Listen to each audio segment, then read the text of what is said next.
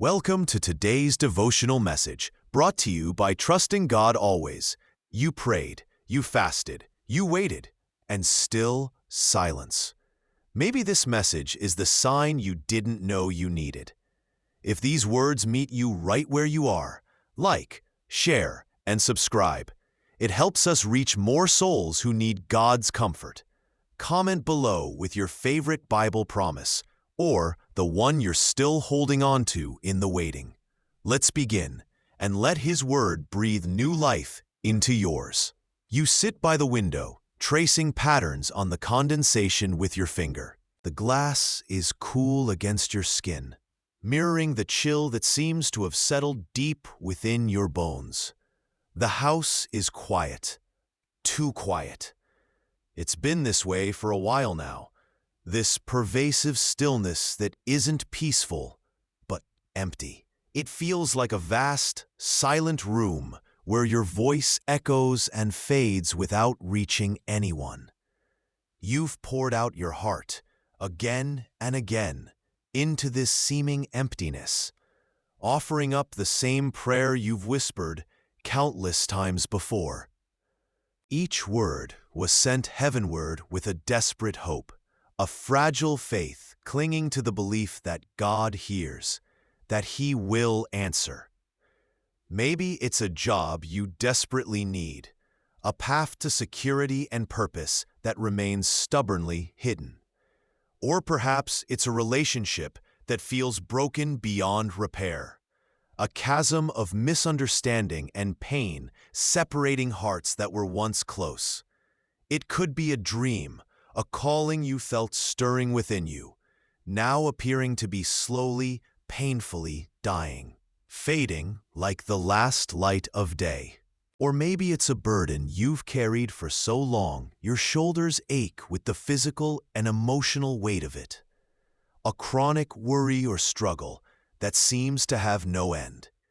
You've laid it all before God, recounting every detail, every hurt, every longing. You believed He could move mountains with a whisper, change the hardest hearts with a touch, open doors that no man could shut. You saw His power in Scripture, heard testimonies of His miraculous intervention, and you believed it for you. But the mountains remain unmoved, standing like silent sentinels against your pleas. The hearts are still distant, perhaps even colder than before. The doors are stubbornly shut, sealed tight against your hopeful knocking. And the silence from heaven? It feels heavier than usual today. A thick, suffocating blanket pressing down on your spirit. If you're honest, doubt has begun to creep in, insidious and cold, like a draft under the door on a winter night. It whispers questions you don't want to answer. Does He really hear? Does He truly care about this small, insignificant part of your life? Did you misunderstand His promise? Maybe that word wasn't for you, after all. Maybe you didn't pray hard enough, or didn't have enough faith, or weren't worthy of His attention. The enemy loves this silent room. He thrives in the space between prayer and perceived answer. He wants you to believe you are forgotten, overlooked, left behind in the lonely waiting room of unanswered prayers. He paints a picture of a distant, uncaring God, or worse, a God who is unable or unwilling to act on your behalf. But this feeling of being unseen, this ache of unanswered longing, it's a universal human experience, woven into the fabric of our fallen world. And yes, it is a deeply spiritual one. You are walking a path trodden by countless saints and seekers before you. Even the prophets, men and women who walked closely with God, cried out in the wilderness of their waiting. "How long, O Lord?" they asked. Their voices echoing the very question forming on your lips right now. Psalm 13:1. You are not alone in this space between the promise and the fulfillment. This message is not about giving you 5 easy steps to manipulate God or make Him hurry up according to your timetable. It's about something far more profound, far more enduring. It's about finding Him in the quiet, discovering what He's doing while you wait, recognizing His work even when it doesn't look like what you expected. It's about learning that His presence is the truest answer, the ultimate comfort, the most stable ground, even before the circumstance changes. This is for you, sitting in the silence, wondering if hope still has a home there. It does. Hope finds its true home, not in the answer arriving, but in the presence of the one who promised, and He is here, even in the quiet. You stand before it, the massive, unyielding door.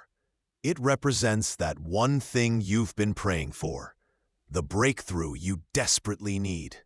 You've knocked, pleaded, maybe even pounded on it with frustrated fists until your knuckles are raw and your hope is bruised. You've poured out your heart in the quiet hours, tracing the lines of your need with words that feel heavy and desperate.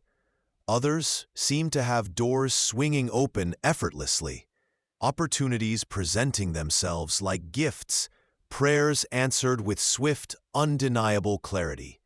Their paths straighten, their mountains move. But yours remains shut. A cold, impenetrable barrier stands between you and the life you believe is waiting on the other side, or perhaps just the relief you crave from the burden you carry. You've tried every angle, every tactic you can muster. You've examined your life, searched for reasons, questioned your faith, maybe even questioned God Himself. Was the prayer not right? Was your faith too small? The silence from behind that door feels like 1,000 unanswered questions pressing down on your soul.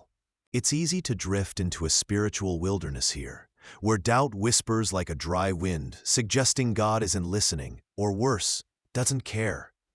The anxiety builds, a knot tightening in your stomach, wondering if this waiting is an indictment, a hidden no disguised as delay. But the spiritual insight here, the quiet truth trying to penetrate the noise of your striving, isn't that God is saying no. It's not that He's unable to open it. The waiting isn't necessarily a punishment or a divine delay tactic designed to frustrate you. Instead, it might be an invitation, a deep, sometimes painful invitation into a trust that goes beyond the opening of this specific door. The closed door forces you to let go of your own strength, your own cleverness, your own timetable. It forces you to rely not on your own capacity or ingenuity, but entirely and completely on His power and His timing. Sometimes the greatest movement happens when you are forced into stillness, waiting solely on Him. What if this long waiting isn't a delay of the promise, but part of the promise? What if this waiting is a divine pause, a moment for preparation that only God can orchestrate? Preparation in you, preparation around the circumstance, preparation you cannot even perceive from your side of the door. This season, though difficult, is teaching you something profound about your own limits versus God's limitless sovereignty. It's revealing where you place your ultimate trust, in your ability to knock hard enough, or in His omnipotence to open when and how He sees fit. Remember His promise. When the gates seem like bronze and the bars like iron, things utterly unyielding to human hands, He declares, "I will go before you and make the crooked places straight. I will break in pieces the gates of bronze and cut the bars of iron." Isaiah 45:2. The power isn't in your persistent knocking. It's in His promise to go before you, to break what you cannot break, to clear the path you cannot clear. Your strength isn't the key to this door. His timing and His power are. This waiting asks you, can you trust the one who holds the master key, even when the door remains stubbornly, painfully shut? You scroll through the digital landscape, a silent observer in a gallery of curated joy. Promotions announced, engagements celebrated, new homes unveiled, a child's fever finally broken. Each shared blessing, a tiny pinprick in the quiet ache that settles deep in your chest. It feels like the world is spinning forward for everyone else, their lives unfolding in vibrant color, while yours is paused, grayed out, perhaps even stuck in reverse. The comparison is a relentless thief, whispering insidious lies. You are not favored, not important enough. God has forgotten you in this season. This feeling of being left behind, stranded in the waiting room of life, can be a profound solitude, a wilderness where you feel unseen. It taps into a deep, ancient fear, the fear of insignificance, the chilling thought that perhaps your story doesn't matter quite as much, that your quiet struggle is less worthy of divine intervention than the dramatic breakthroughs happening around you. But the whisper of God's truth cuts through the noise. He sees you, not just as part of the crowd, but individually, completely, intimately. Your journey is not a random drift. It is unique, intricately designed by Him, like a specific thread in a grand tapestry only He can see. Your waiting period is not empty time. It is pregnant with purpose, even when that purpose remains hidden behind a veil of uncertainty. The spiritual insight isn't about forcing the door open. It's recognizing that God's timeline for you is not a reflection of your perceived worthiness, but an unfolding of His perfect, sovereign plan. He is meticulously crafting a story for your life, a narrative that requires this specific season of stillness or struggle, this particular valley before the ascent. The Word breathes comfort into this anxious space. The Lord is not slow concerning His promise, as some count slowness, but is long-suffering toward us. 2 Peter 3:9. His timing is not a delay born of indifference, but a tailoring of divine grace, patiently working on your behalf in ways you cannot yet perceive. Sometimes, the greatest growth happens in the barren places. The deepest faith is forged in the quiet ache of waiting. He is not asking you to understand the whole map, only to trust the hand that guides you. Maybe the waiting is the work, the stillness is the strength, and the hidden season is the holy ground where your deepest trust is being built, stone by invisible stone. Do not confuse His patience with His absence. Do not mistake the pause for rejection. He is closer than you imagine, weaving purpose into the very fabric of your present moment. Breathe this truth in. Let it settle the ache. Your story is significant because He is the author, and He has not and will not leave you behind. The waiting isn't merely an echo in the mind or a weight on the heart. Sometimes it settles deep within the bone and muscle. You feel it, don't you? The tight knot twisting lower and lower in your stomach. A physical prayer you didn't even voice. The nights become a restless battlefield of tossing and turning, sleep a distant shore you can't reach. Your shoulders tense, your jaw clenches, holding the unspoken question, the unfulfilled longing.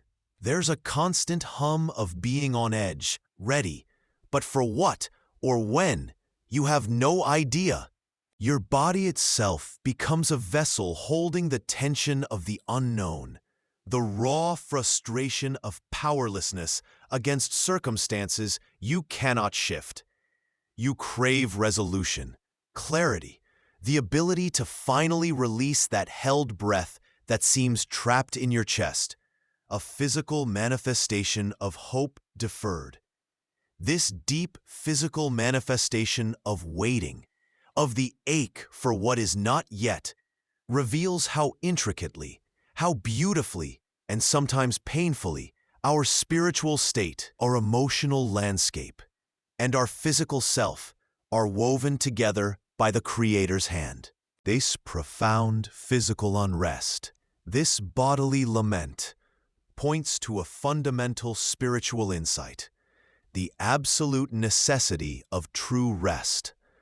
But this isn't the rest found only after the problem is solved, after the answer arrives, or after the waiting ends.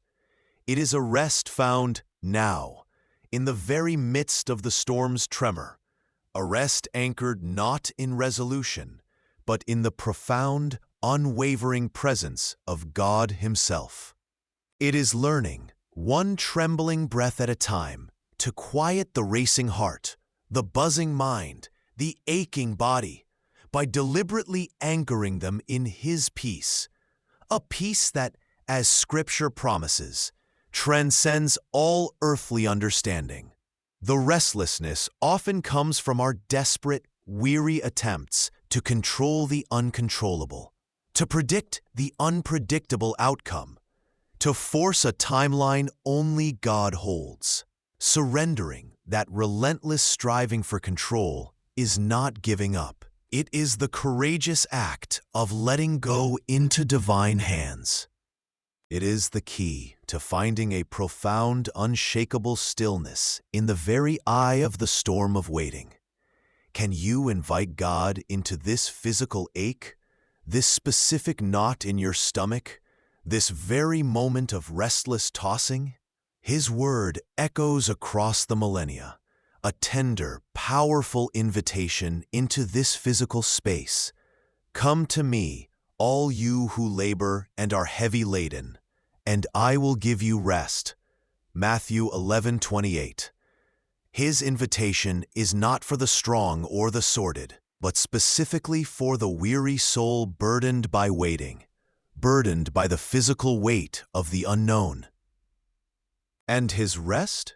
It is not a promise for a future day, but a gift available now, in the midst of it all, waiting only for you to surrender and receive. The silence stretches on, a vast, empty sky above a landscape bleached bone dry. The door remains closed, a stubborn barrier between you and the answer you've pleaded for. And the whispers begin, insidious and low, eddying around you like desert winds. Maybe this isn't God. The thought pricks. Maybe you were wrong all along. Maybe this hope, this faith you cling to, is just a crutch. You stand in the wilderness of waiting and feel it slowly transform into the wilderness of doubt. It is here, in these dry, barren places, that the deepest beliefs are tested, pruned back like a struggling vine, and often, ironically, strengthened by the very struggle. It's uncomfortable, isolating. It feels sometimes like a full-blown crisis of faith, a cracking in the foundation you thought was solid stone. But the profound, gentle truth whispering beneath the wind's howl is this: doubt is not the opposite of faith. It can be a vital, painful, necessary part of faith's journey. It is the questioning, the honest wrestling with the mystery that often leads to a deeper, more resilient understanding. It is the very act of wrestling that precedes the desperate, unwavering clinging to what you do know unshakably about God's character. This wilderness, though difficult and stark, serves a purpose. It strips away the superficial, the reliance on feelings or comfortable circumstances, and reveals what you truly believe in your core, forcing you to lean not on shifting sand, but on the unchanging nature of God Himself. It's a paradox. The lack clarifies. The emptiness makes room for true substance. Remember, even in the literal desert, God provided manna, sustenance where logic said there could be none. He leads you beside still waters. He restores your soul, even when the terrain is arid and the path unclear. Where can you find those still waters for your soul, even amidst this dryness? Can you trust that He is leading, even when the way ahead is shrouded in mist and uncertainty? Quietly, perhaps, you can offer the doubt itself to Him, not as failure, but as an honest cry from the wilderness, trusting that even here, He is present and still leading you home.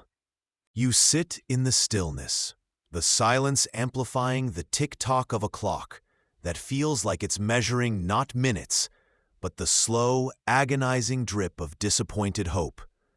You prayed for this. You poured your heart out for it. You waited. Maybe you even fasted. And still, the situation stares back, unmoving, unchanged, impossible. It feels foolish now, doesn't it? To have believed something so against the current of reality, so laughably improbable. You look around at your life. Maybe you see the years stacking up, or the door stubbornly shut, or the mountain that hasn't budged an inch, and a whisper of cynicism creeps in. A question. Did God even hear me? Or was I just dreaming a God-sized dream He never intended to fulfill? This waiting place, this wilderness of the improbable, it's a landscape as old as faith itself. Think about Abraham and Sarah. Their story echoes this very struggle, this wrestling with divine promise in the face of undeniable human reality. God looked at an old man and an old woman, well past the years of bearing children, and spoke a promise that defied biology, scoffed at calendars, and laughed at human logic. You will have a son, and from this son a nation will spring forth, countless as the stars in the sky. Can you imagine the silence that must have followed that promise? The wide eyes, the nervous smiles, the private conversations filled with both awe and utter disbelief. It wasn't just improbable. In the natural order of things, it was impossible. Their bodies were like dry wells, incapable of holding the water of new life. And yet, God spoke it. The promise hung in the air, heavy with divine potential, light years away from their physical capacity. They waited. Oh, how they waited.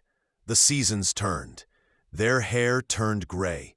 The promise, once a vibrant seed planted in their hearts, seemed to wither under the relentless sun of time. Months bled into years. Years stretched into decades. Their faith wasn't just tested. It was ground down, refined, sometimes cracked under the pressure. They were human, after all. They tried to help God out. Remember? The complicated, painful detour of Ishmael, a tangible outcome of human impatience trying to rush divine timing. It only brought heartache and division. It's a mirror for us, isn't it? When we try to force our way out of the waiting, to engineer our own outcome, believing our action is needed because God seems too slow, too quiet, too absent. Their laughter at the idea of a son in their old age wasn't just amusement. It was the sound of hope finally giving way to the absurd. They literally laughed at the impossibility, even as the promise originated from the lips of God Himself. It's a profound, painful image of how deeply the impossible can settle into our souls, eclipsing even the memory of God's initial powerful word. But the spiritual insight, the gold refined in the crucible of Abraham and Sarah's long wait, is this. God's promises often require a waiting period precisely because they are impossible from our perspective. The delay isn't divine forgetfulness, it's divine strategy. The waiting highlights the sheer, undeniable impossibility from our limited human vantage point. It underscores the barrenness of the well, the closed womb, the immovable mountain, the dead dream, so that when God finally moves, when life springs forth from the barren, when the mountain is cast into the sea, when the dead thing lives again, there is no doubt who did it. It wasn't because Abraham and Sarah finally got their ducks in a row, finally prayed hard enough, finally conjured up enough faith. It was because God is faithful to His word, even when it takes decades to unfold. His timing isn't a constraint. It's the canvas upon which He paints the greatest demonstrations of His power, often through a poetic paradox where weakness becomes the stage for strength and waiting becomes the vehicle for acceleration. Abraham's faith wasn't just in the promise. Ultimately, it was in the promiser. The long wait for Isaac, the wrestling with the impossible, the painful lesson of Ishmael, all of it built a foundation of trust so deep that years later, when God asked him to do something seemingly even more contradictory to the promise, offering up the son he waited a lifetime for, Abraham could obey. Why? Because as Hebrews 11:17-19 tells us, by faith Abraham, when he was tested, offered up Isaac, concluding that God was able to raise him up, even from the dead. His faith wasn't in the circumstances or even in the son. It was in God's ability, His power to bring life from death, to honor His word even when it defied natural law and personal grief. The long wait for Isaac taught him that God specialized in turning the impossible into His reality. So, what impossible promise are you waiting on today?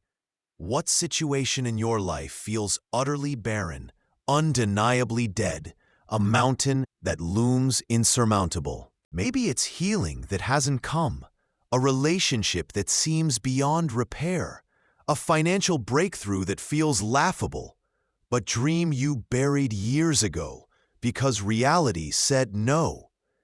Can you look at that impossible situation, that waiting season, and trust that God specializes in bringing life where only death resides, light where only darkness lingers? Can you trust that your waiting isn't a sign of God's absence, but perhaps the very thing setting the stage for His undeniable work?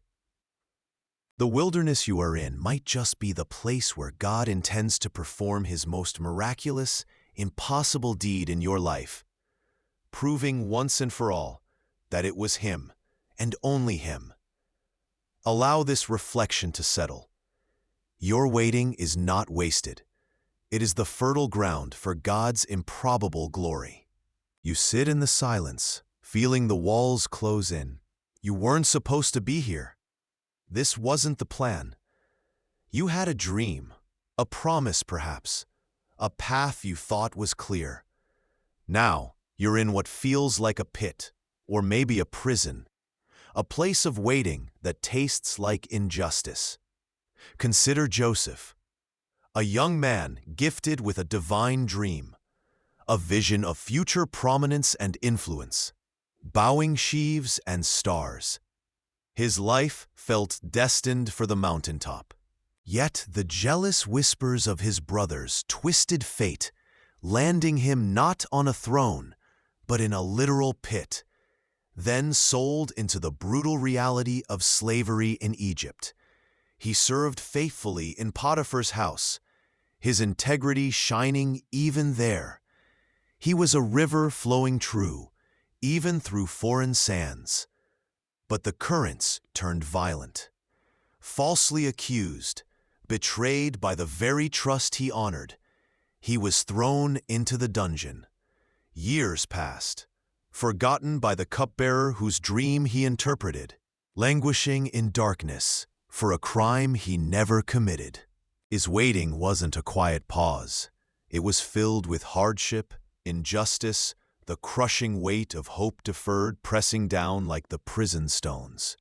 His divine dream, the very promise that started it all, seemed further away than ever, a distant star lost in the blackness of his circumstances. How could God be working in this? Joseph's story is a stark, beautiful truth. God is working even in the most difficult, seemingly unrelated circumstances. The pit wasn't a detour, it was preparation.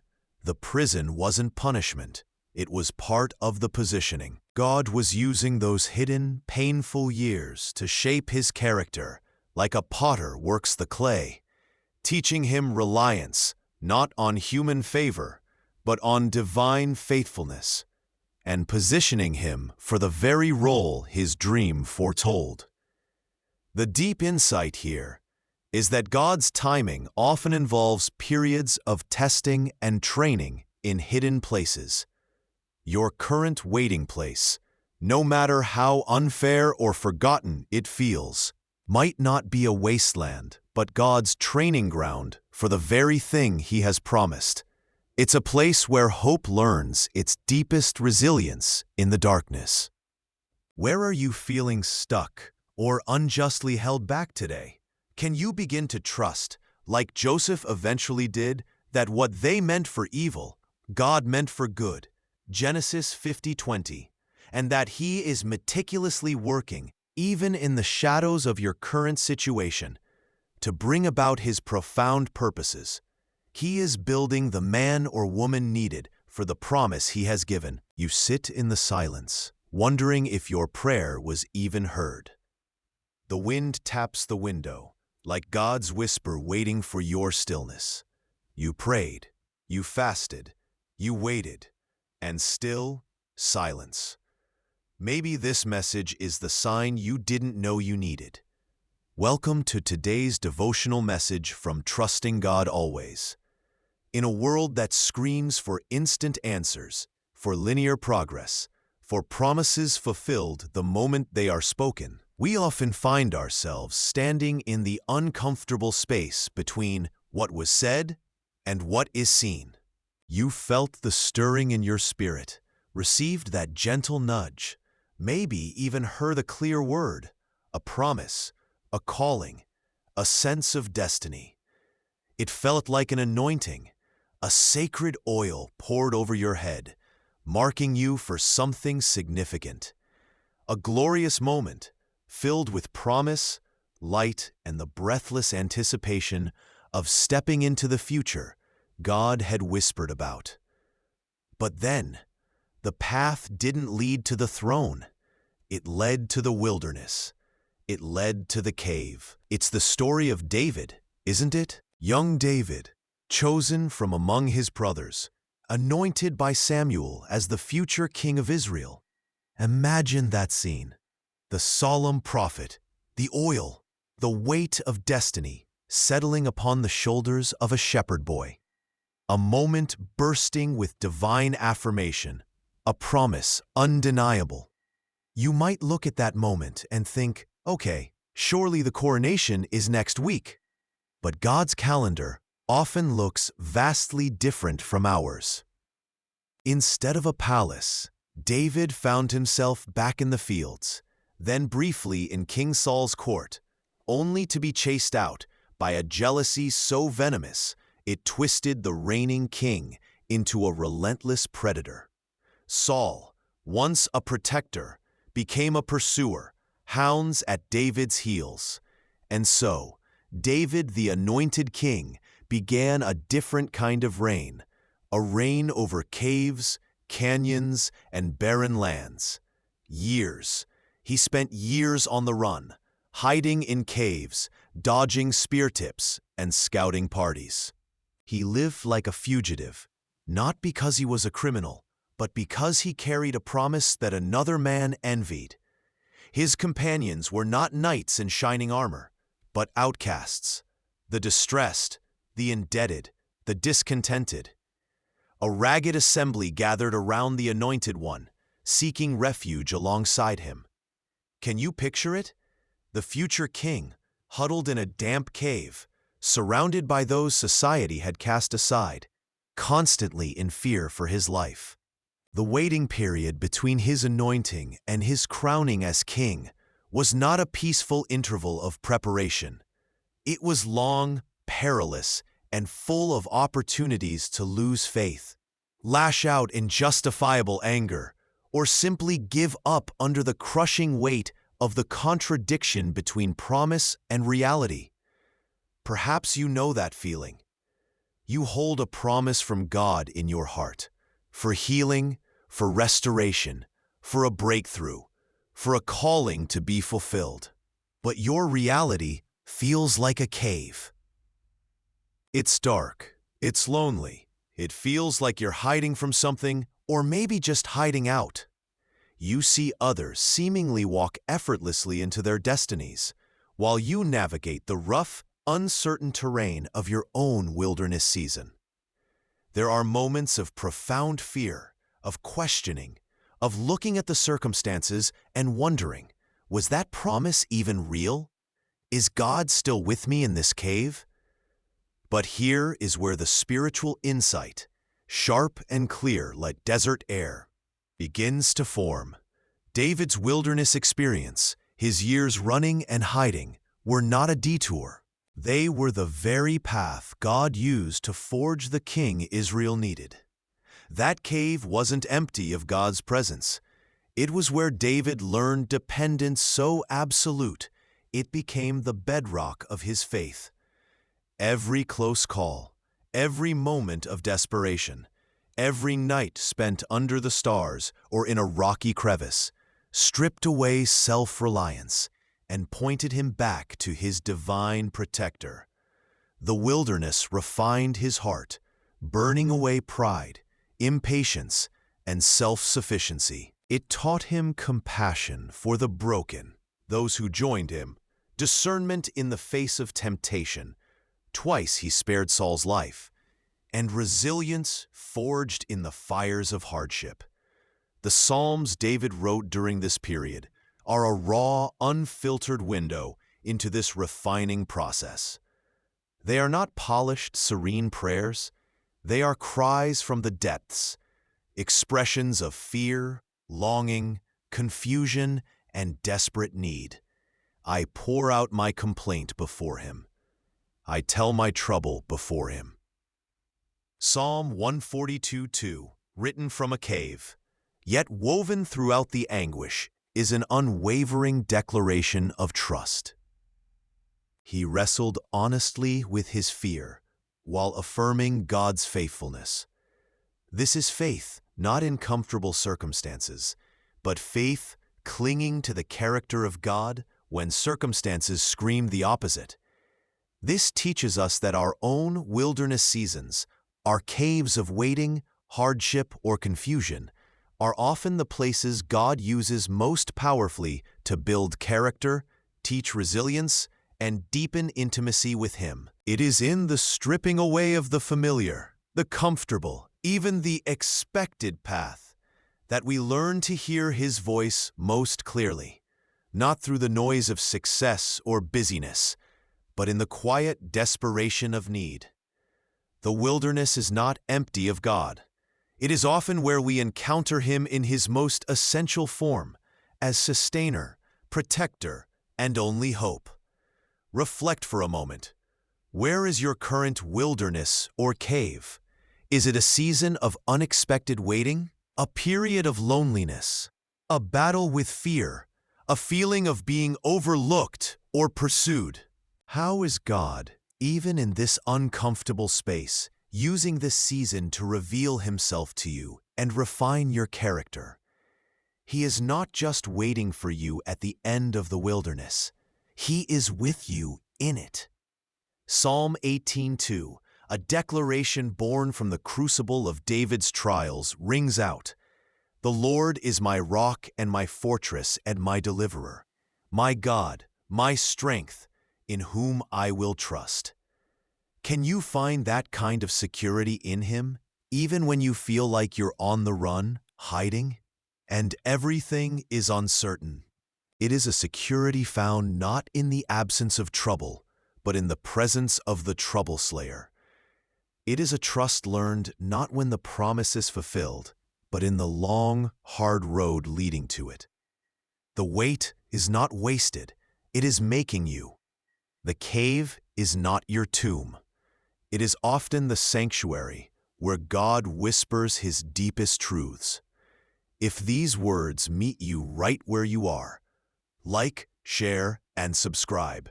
It helps us reach more souls who need God's comfort. Comment below with your favorite Bible promise, or the one you're still holding on to in the waiting. Let's begin, and let His word breathe new life into yours. The sand stretches endlessly, horizon shimmering under a relentless sun. You feel it, the vastness, the isolation, the waiting. It's not just external, it's the internal wilderness, the place where faith feels thin and the promised destination seems further away than ever. Like the Israelites, stepping out of slavery, out of what was known, into the unknown expanse. They had seen the impossible, the sea parted, the mighty Pharaoh humbled. Freedom was a miracle they held in their hands, a promise shouted on the shores of redemption. The journey to the land flowing with milk and honey should have been swift, weeks perhaps. A direct route, God leading them by pillar of cloud and fire. But the weeks turned into months, then years, decades, 40 years. The desert became their home, a temporary place that became a generational crucible. Why the delay? Why 40 years when the goal was within reach, when God Himself was their guide? It wasn't God getting lost. It was their hearts getting exposed. Look at them, grumbling about food, complaining about water, longing for the comforts of servitude back in Egypt, the leeks and onions, over the challenges of genuine freedom and radical dependence on God. Their past felt safer than their precarious, God-led present. They doubted His power, questioned His love, failed to trust His provision right there in front of them. Manna raining from heaven, water flowing from a rock. They built golden calves, listened to fearful reports from the land of promise, and decided it was better to return to chains than face giants with God by their side. The waiting wasn't a punishment. It was a necessary period of spiritual purification. It was God giving them space to shed the mindset of slaves and cultivate the heart of a nation ready to inherit a promise. It was a desert meant to forge dependence, obedience, and a deep, unwavering trust in the one who led them. Perhaps you stand in your own desert place today. Maybe it's the waiting for a breakthrough, a healing, a relationship, a job, clarity on a decision. The path forward seems blocked, the destination distant, and the familiar comforts you left behind start to look appealing again. The wilderness isn't always a geographical location. It's often a season of stripped-down dependence, a place where God exposes what you're truly relying on. He allows the hunger for control, the thirst for immediate answers, the longing for the predictability of the past to surface, and in that raw exposure, He meets you with His sufficient grace. The wilderness isn't just happening to you, it's happening in you. This waiting period might be shaping you more profoundly than it's shaping the circumstance you're waiting for. God is using the delay, the discomfort, the uncertainty to refine your faith, to teach you to walk by His word alone. Consider the paradox of the wilderness. freedom found in wandering, sustenance in scarcity, direction in disorientation. This is where God invites you to learn a different kind of living. He humbled you and let you hunger, and fed you with manna, that he might make you know that man shall not live by bread alone, but man lives by every word that proceeds from the mouth of the Lord. Deuteronomy 8:3. It wasn't about the manna itself, but about learning that life comes from God's voice, his direction, his daily provision, given often in ways you wouldn't have chosen or expected. The desert wasn't barren of God. It was bursting with lessons about him. Are you seeing the manna in your own waiting? Are you leaning into his word for sustenance, for direction, for hope, when your own resources feel depleted? The waiting is an invitation to shed those old mindsets, the slave mentality that craves security over calling, the fear that sees giants instead of God's promises, the doubt that forgets the Red Sea miracle. It's a time to learn radical obedience, to trust that the pillar of cloud is leading, even when you don't know the next step. It's a time to cultivate a heart ready to steward the promise when it finally arrives, shaped by the lessons of the wilderness. What desert mindsets are being exposed in your current waiting season? Where is God inviting you to trust him in new ways, to live by his word and provision alone? The wilderness may seem like a detour, but often it is the direct route to the promised land within your soul. You watch the patch of earth day after day. You watered the seed, whispered prayers over the potential buried there, felt the hopeful ache in your chest. But nothing breaks the surface. Just the same dirt, still and silent. It looks like abandonment. It feels like your faith landed on barren ground. You begin to wonder if you imagined the promise, if the seed was somehow flawed, or perhaps if you simply weren't meant to see anything grow here. Anxiety whispers, "Nothing is happening. You're wasting your time. God isn't listening." Doubt taps like rain against the window pane of your soul. You are in the season of waiting, the quiet, unyielding, often frustrating season where the surface tells you nothing is changing, nothing is moving, nothing is coming to pass. But beneath the surface, in the unseen darkness, everything is happening. Imagine the seed not idle, but active. It is reaching, anchoring, drinking deep from the earth's hidden reservoirs. Roots, strong and resilient, are pushing downward, not outward yet. This invisible work is not a delay. It is the essential foundation being laid for the future plant. Without these deep roots, the first strong wind, the first harsh sun, would wither and destroy what little appeared on the surface. This underground season is where strength is forged, resilience is built, and the capacity to withstand storms is established. Spiritually, your waiting is rarely empty. God is cultivating your inner life, the part the world doesn't see, the part even you struggle to acknowledge sometimes. He's deepening your spiritual roots in his truth, anchoring your hope, not in changing circumstances, but in his unchanging character. This season might feel like stagnation, like being stuck in the wilderness, but it is often where God is healing old wounds, confronting hidden fears, and teaching you a profound dependence that cannot be learned when everything is easy and visible. He is refining your character like gold in a hidden furnace, strengthening your faith like roots breaking through rock. He isn't asking for immediate fruit. He's asking for unwavering trust in the process he directs. Even when it's unseen, he is ensuring that when the visible growth finally comes, your foundation is strong enough to support it. to draw sustenance from the depths of His love. You are not forgotten in the waiting. You are being fortified. You are being rooted and grounded in His steadfast love, preparing to comprehend the vastness of His grace and walk forth, rooted deeply in faith. The resume sits untouched on the desk, a symbol of another closed door. Another month melts into the next, and the hope that once burned brightly feels like a flickering wick in a cold room.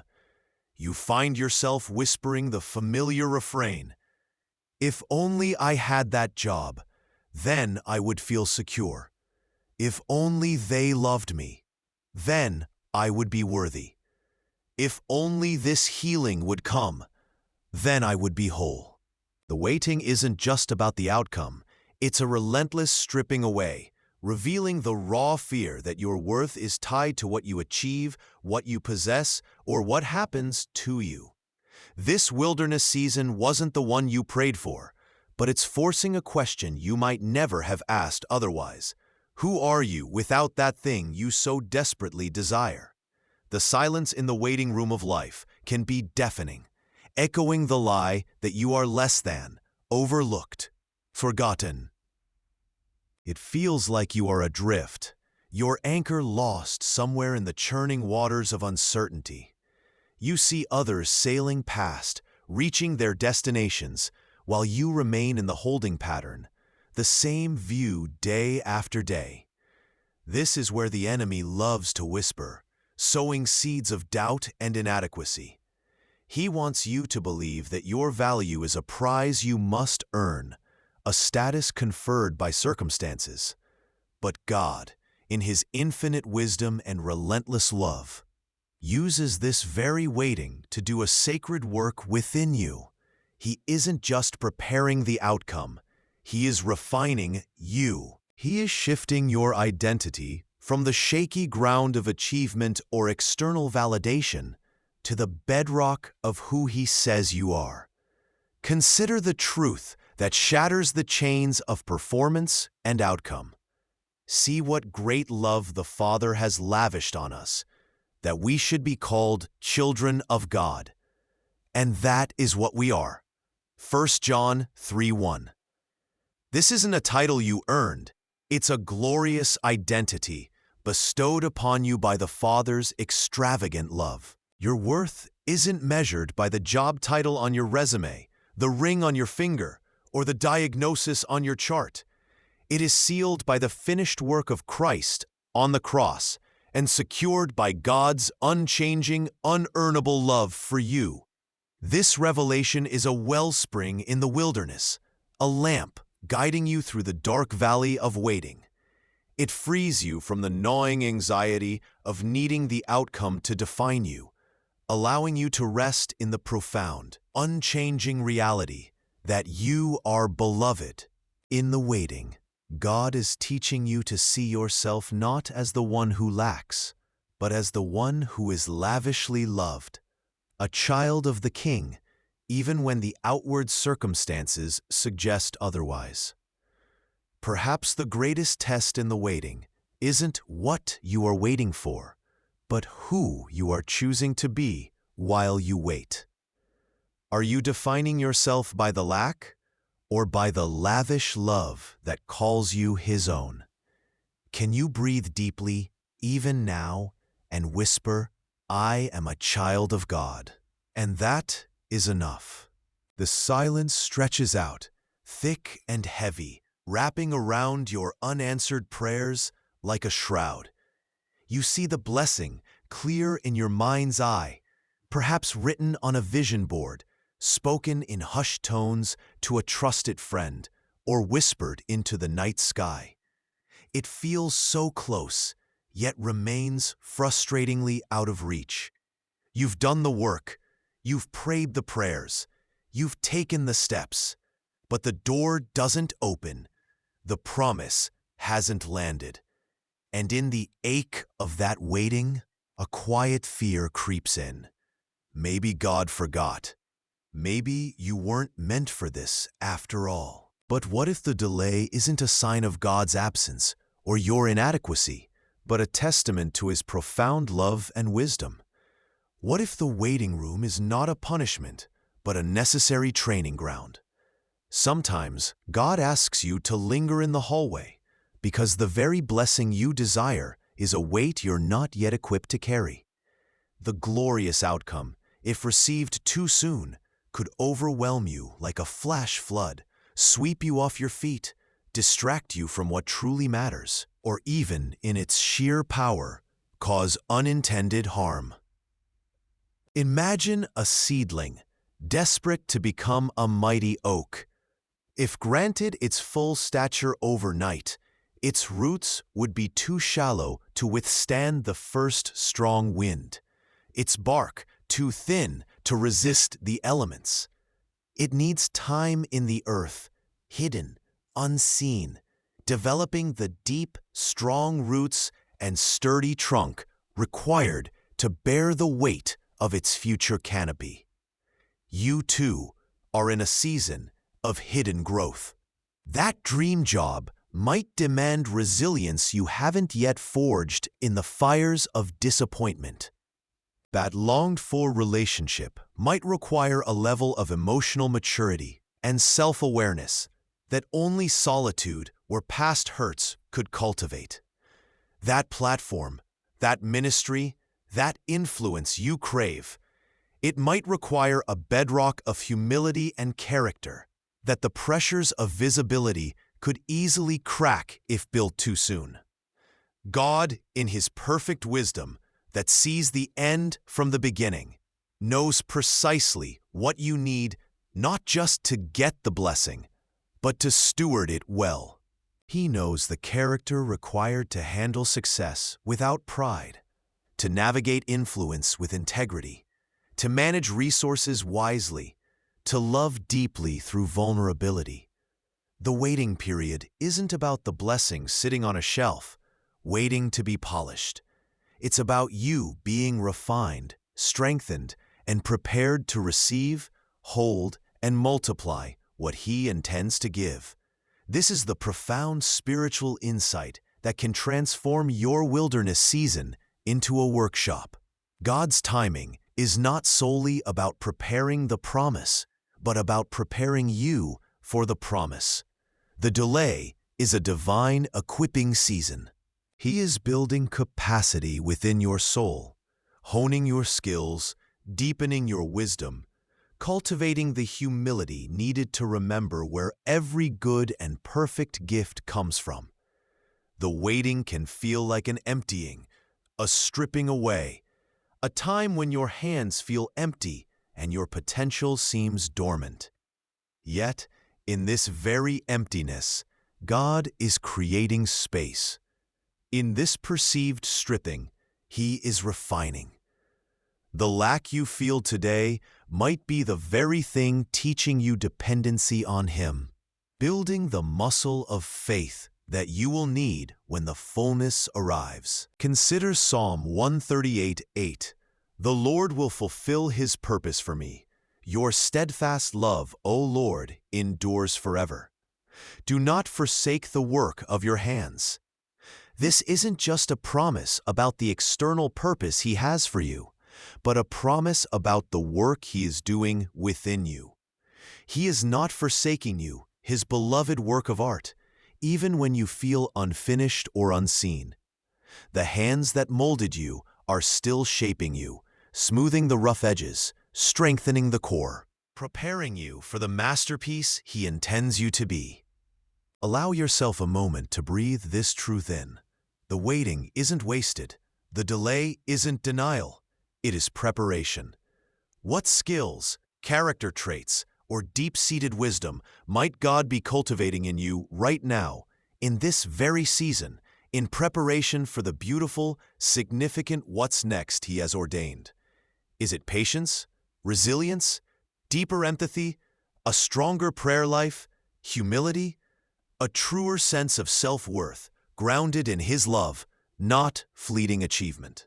Trust that the work He is doing in you is profoundly purposeful and is leading, step by step, heartbeat by heartbeat, towards the fulfillment of His promises, not just for you, but through you. Surrender the timeline, but never surrender the trust in the one who holds time in His hands. He is preparing you for abundance, and the preparation is part of the blessing itself. You feel the nudge again, the quiet urgency in your spirit that says something needs to change. You've prayed over the unopened door, the stagnant situation, the relationship that feels frozen in time.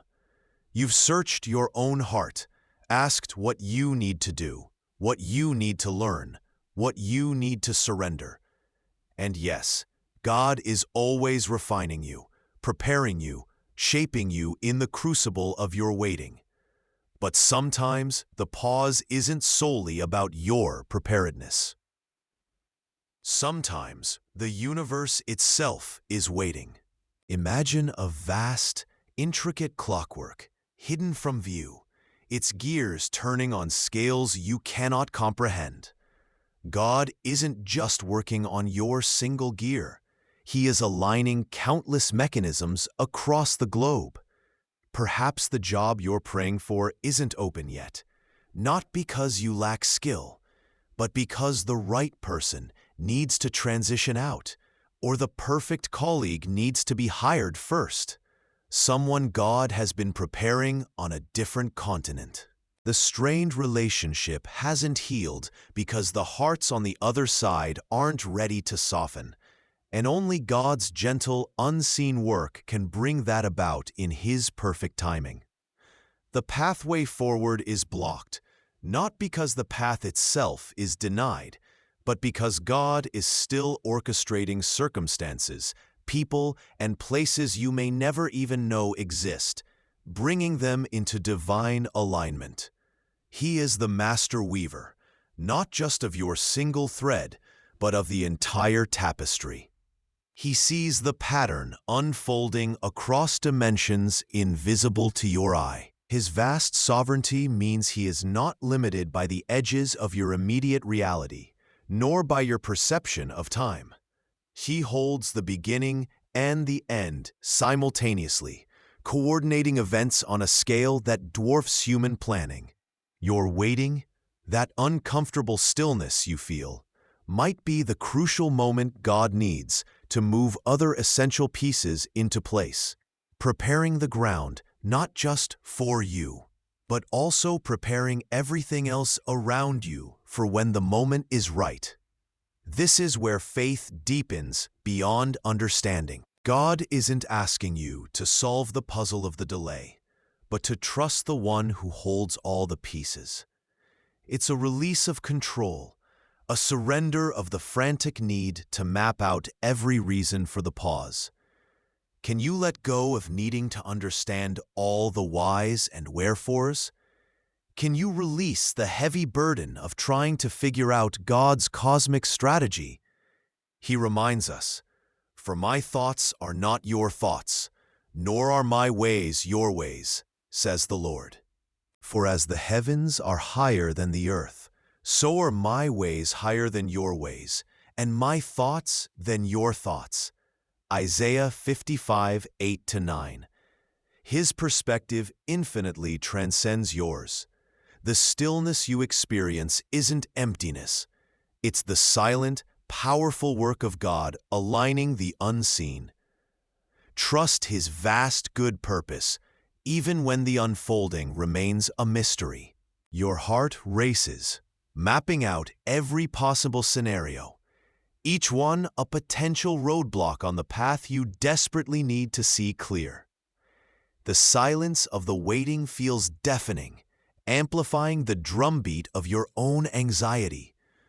You watch others move forward, their stories unfolding, while yours feels paused, suspended in a frustrating, uncertain space.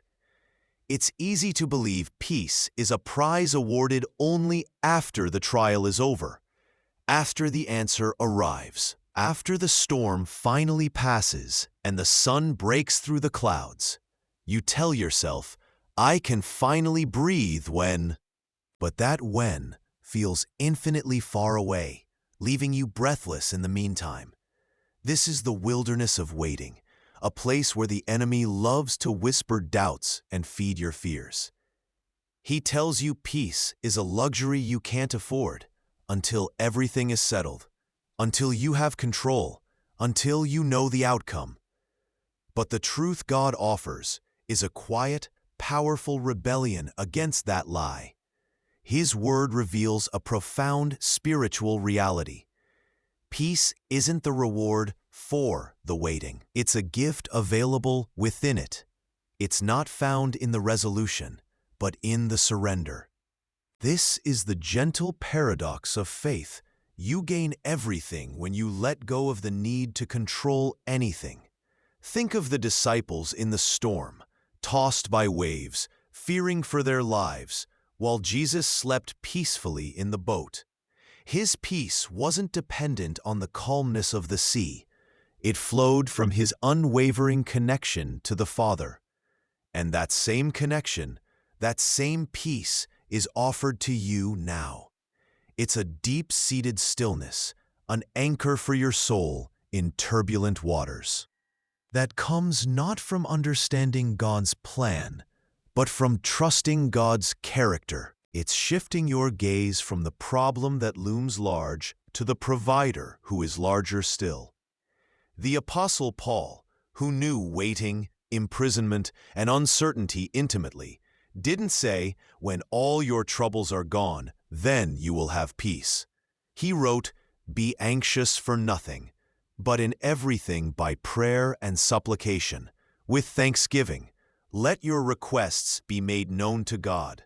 And the peace of God, which surpasses all understanding, will guard your hearts and minds through Christ Jesus." Philippians 4:6-7. This peace isn't a shallow absence of feeling. It's a divine guard, a garrison surrounding your heart and mind, available not at the end of the waiting, but in the very act of turning your anxious thoughts into faithful prayer. It transcends human logic. It's a supernatural calm, accessible precisely when circumstances make no sense. Finding peace in the process is an active choice, a quiet turning towards God's presence in the midst of the storm. It's acknowledging the fear without letting it consume you, offering your requests with the countercultural posture of thanksgiving, trusting that even though you don't see the next step clearly, the one who holds the future holds you. What small step can you take today to invite God's peace into your waiting?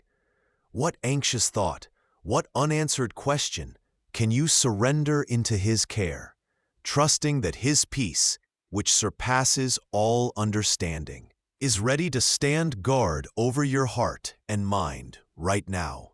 You find yourself standing on the bridge of a gap, the space between where you are and where you prayed to be. It feels wide, often cold, and the silence is louder than any noise. This season of lack, uncertainty, perhaps a deep disappointment, settles heavy like fog. It seems illogical, doesn't it, to speak the word gratitude when the very air you breathe feels thin with waiting, when the path ahead is shrouded in mist, and the tangible proof of God's promises seems lost just beyond the horizon. Your eyes naturally fixate on the empty spaces, the unanswered questions, the doors that remain stubbornly shut. This is the wilderness of the gap, and the natural inclination is to murmur, to question, even to despair. The heart aches for what isn't here yet, eclipsing the quiet hum of what still remains.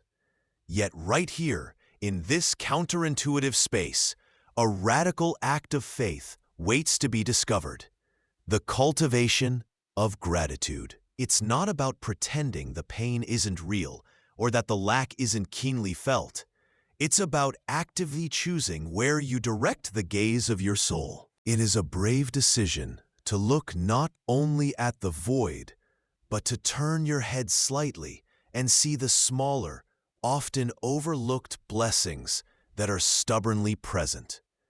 The simple miracle of breath filling your lungs, the steady rhythm of your own heartbeat, a roof sheltering you from the storm outside, the unexpected comfort in a friend's timely text, the quiet majesty of a sunrise painting the morning sky, the memory of God's faithfulness in previous valleys you've traversed. These are not insignificant crumbs. They are quiet echoes of His constant presence, often drowned out by the shouts of what is missing. This practice of gratitude in the gap is profoundly spiritual. It is, at its core, an act of audacious faith. It is acknowledging God's inherent goodness and unwavering sovereignty, precisely when your circumstances are challenging His visible control. It's declaring, even here, even now, you are God and you are good. This deliberate choice trains your heart like a muscle, teaching it to look for God's fingerprints on the ordinary and the unexpected, reminding your spirit that He is still intensely active and deeply loving, even when the main, fervent prayer of your heart seems trapped in the heavenly postal service. Gratitude is the quiet rebellion against self-pity, the gentle hand that pulls you out of the quicksand of despair and positions you to see God's ongoing, sometimes subtle, provision in the waiting room of life. It's not just thanking Him for the answer, but thanking Him in the waiting. The scripture in 1 Thessalonians 5:18 doesn't say, give thanks after the answer comes, or give thanks if everything is perfect. It says, in everything give thanks, for this is the will of God in Christ Jesus for you. Giving thanks in the waiting is God's will for you right now. It is the narrow, faithful path through the wilderness. Sometimes, finding fullness in the very lack itself, or discovering that peace can coexist with unanswered questions, is the unexpected paradox God offers in the gap. Take a quiet moment now. Perhaps close your eyes, breathe deeply, and make a conscious effort to list 3 to 5 things, genuinely, truly, you are grateful for in this moment, right now, even with the weight of the gap heavy upon you. They can be small, almost invisible things: the taste of water, the warmth of the sun through a window, a single bird singing outside, the fact that you are reading these words, still seeking. As you name each one, feel the subtle shift. How does this simple, honest act begin to shift your focus, loosening the grip of what is missing and gently anchoring you to the quiet, enduring reality of God's presence and ongoing grace? It doesn't erase the gap, but it begins to illuminate the pathway through it, one grateful step at a time.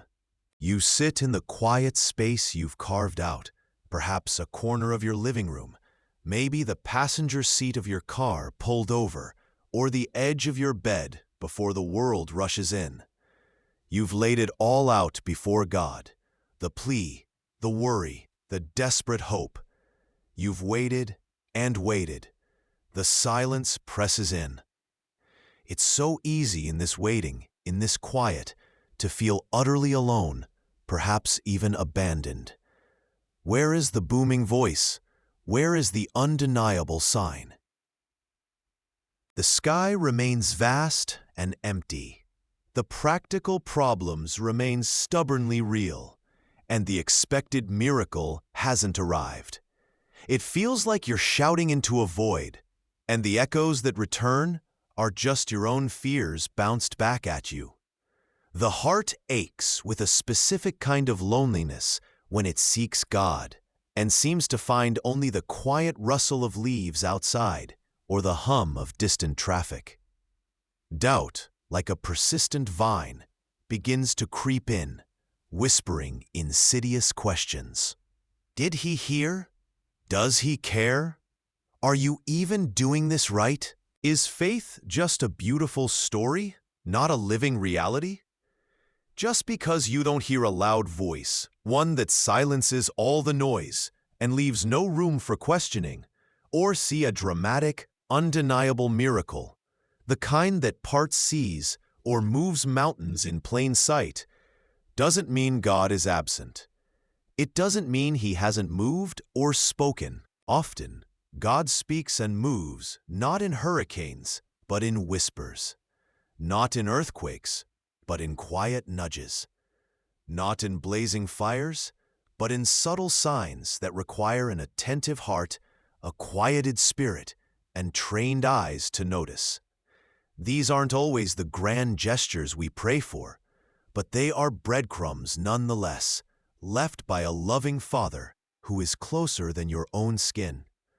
Perhaps it was a timely word from a friend, delivered just when your strength was failing, fitting your situation with unsettling accuracy.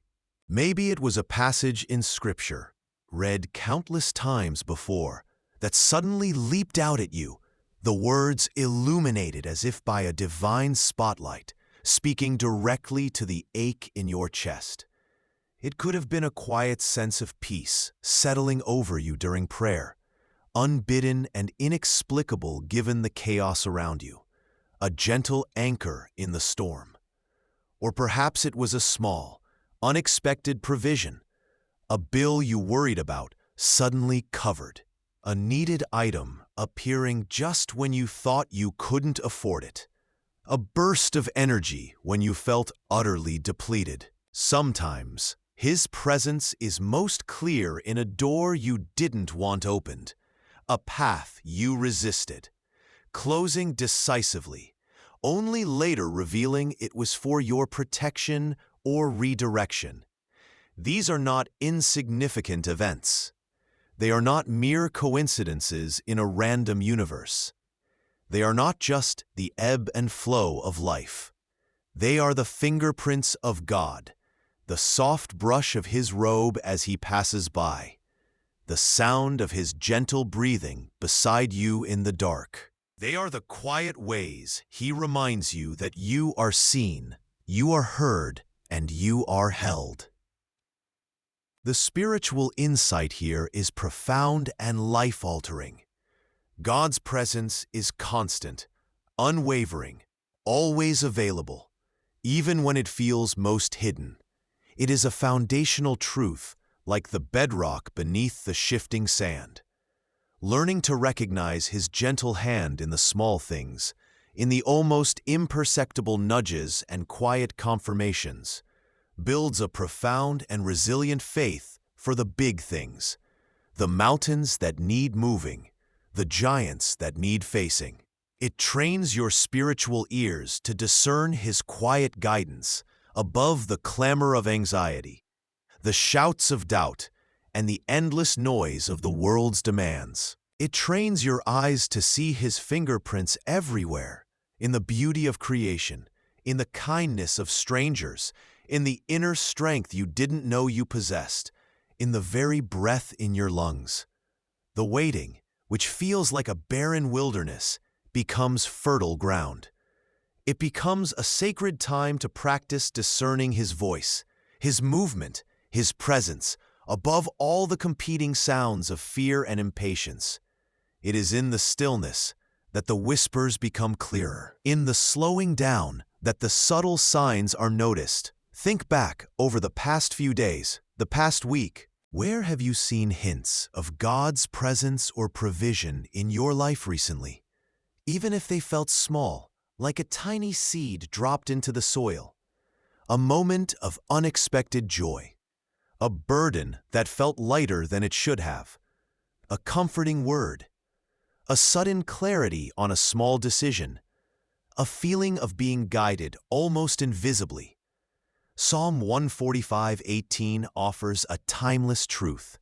The Lord is near to all who call upon Him. To all who call upon Him in truth.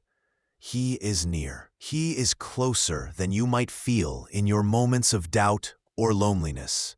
His nearness isn't dependent on your ability to feel Him strongly, but on your calling upon Him in truth, with an honest heart, acknowledging your need, your questions, your waiting.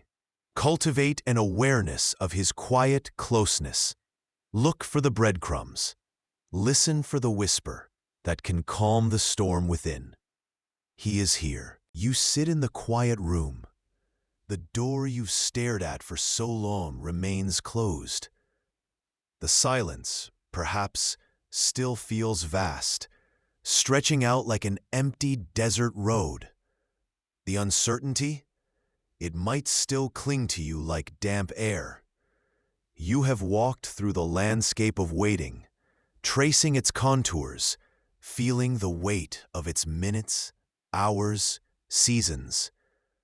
But as you settle back into this space, this quiet, let a new possibility gently unfold within you. Maybe, just maybe, something profound has shifted in the journey itself.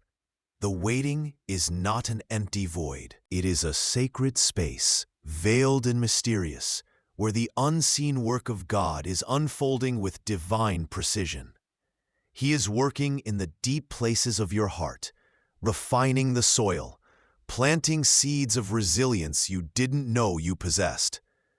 He is working in your circumstances, orchestrating variables you cannot perceive, aligning pieces on a cosmic chessboard you cannot see.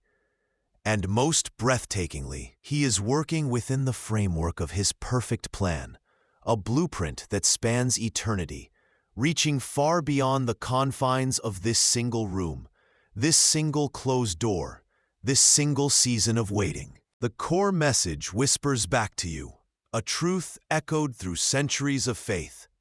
God's timing is not our timing.